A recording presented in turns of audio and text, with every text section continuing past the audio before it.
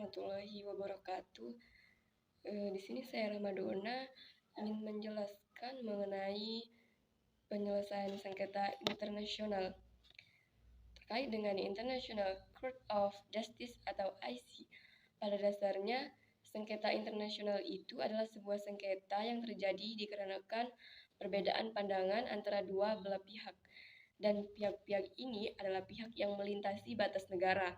Ada dua jenis sengketa internasional. Yang pertama, terkait dengan sengketa politik, di mana biasanya senjata politik ini berkaitan dengan kepentingan politik negara. Jenis yang kedua adalah sengketa hukum, di mana yang menjadi objek adalah terkait dengan interpretasi ataupun aplikasi dari sebuah hukum internasional. Pada dasarnya adalah menyelesaikan sebuah sengketa itu dapat melalui dua cara. Cara pertama yaitu secara damai, dan kemudian yang kedua itu secara kekerasan.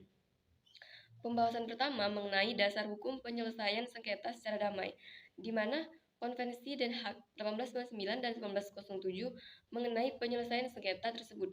Pasal 2 ayat 3 Piagam PBB menjelaskan semua negara anggota harus menyelesaikan persengketaan internasional mereka secara damai.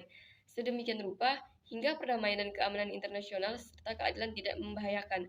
Kemudian prinsip-prinsip hukum internasional dalam upaya penyelesaian sengketa secara damai yaitu yang pertama, prinsip untuk tidak mencampuri urusan dalam negeri negara lain. Kedua, prinsip untuk tidak menggunakan kekerasan dalam hubungan internasional. Ketiga, prinsip untuk persamaan hak dan penentuan nasib sendiri bagi bangsa. Keempat, prinsip persamaan kedaulatan negara. Kelima, prinsip kedaulatan kemerdekaan dan keutuhan wilayah negara. Keenam, prinsip beritikat baik dalam hubungan internasional. Ketujuh, prinsip keadilan dan hukum internasional. Dan kedelapan, prinsip kebebasan untuk memilih cara-cara penyelesaian sengketa secara damai. Cara damai yang pertama adalah negosiasi. Cara bernegosiasi dengan negara lain yang berselisih, contoh kasusnya yaitu negosiasi antara Indonesia dan Malaysia mengenai Pulau Sipadan dan Ligitan, di mana hasil negosiasi tersebut menghasilkan Langkawi Understanding, yaitu menjadikan kedua pulau tersebut status UO. Cara damai yang kedua yaitu inquiry, melibatkan pihak ketiga. Yang perlu digarisbawahi secara ini adalah adanya pembentukan misi pencari fakta, komisi penyelidik internasional atau komisi pencari keterangan. Contoh kasus ini pernah dilakukan Sekjen PBB atas rekomendasi Dewan Keamanan PBB, yang mana menunjuk wakil khusus dalam usaha mencari penyelesaian sengketa.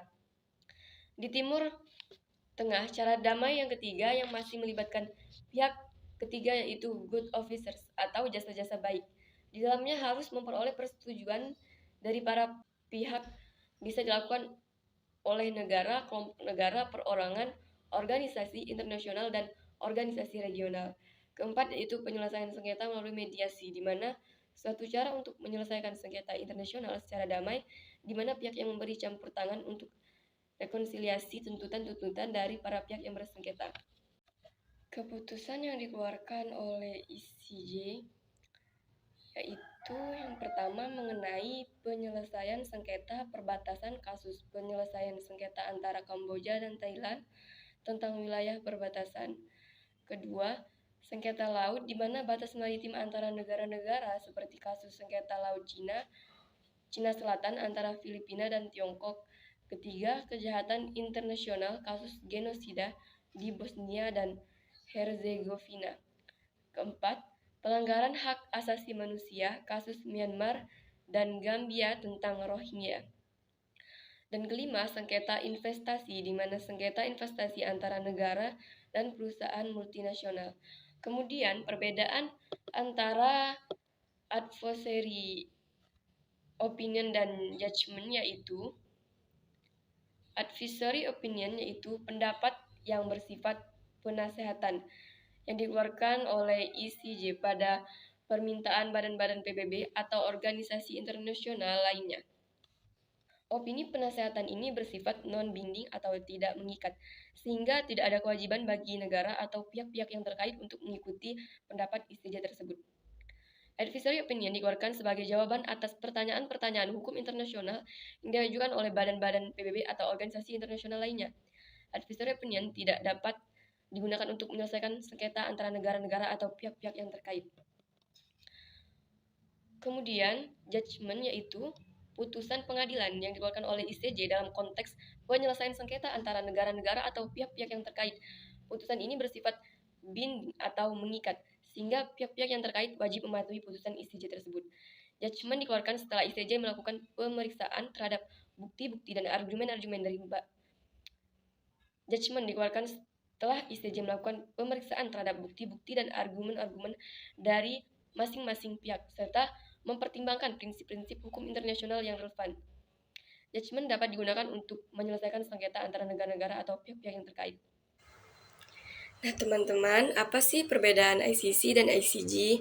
ICC International Criminal Court dan ICJ International Court of Justice adalah dua lembaga hukum internasional yang berbeda dalam hal tujuan, yurisdiksi, dan fungsi.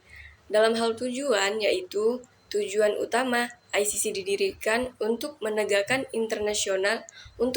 hukum internasional dan mengadili individu yang melakukan kejahatan internasional seperti genosida, kejahatan terhadap kemanusiaan, dan kejahatan perang. Sedangkan ICJ bertujuan untuk menyelesaikan sengketa antara negara-negara yang bersangkutan dengan hukum internasional dan memberikan opini hukum yang mengikat atas permintaan Badan PBB. Kemudian, dalam hal yurisdiksi, ICC memiliki yurisdiksi atas individu yang melakukan kejahatan internasional di negara anggota ICC atau atas warga negara dari negara anggota ICC, terlepas dari di mana kejahatan tersebut dilakukan. Sedangkan ICJ memiliki yurisdiksi atas sengketa antara negara-negara yang bersangkutan dengan hukum internasional. Namun, ICJ tidak memiliki yurisdiksi atas individu. Dalam hal fungsi, ICC itu berfungsi sebagai pengadilan internasional yang mengadili individu yang melakukan kejahatan internasional. Tujuannya adalah untuk mencegah impunitas dan memastikan keadilan bagi korban kejahatan internasional. Sedangkan ICJ ini berfungsi sebagai pengadilan internasional yang menyelesaikan sengketa antara negara-negara. ICJ memberikan opini hukum yang mengikat namun tidak memiliki kekuasaan untuk mengeksekusi putusannya. Meskipun keduanya merupakan lembaga hukum internasional yang penting, ICC dan ICJ memiliki peran dan fungsi yang berbeda dalam menegakkan hukum internasional dan menyelesaikan sengketa antara negara-negara. Mungkin itu saja teman-teman dari saya. Saya akhiri. Assalamualaikum warahmatullahi wabarakatuh. Terima kasih.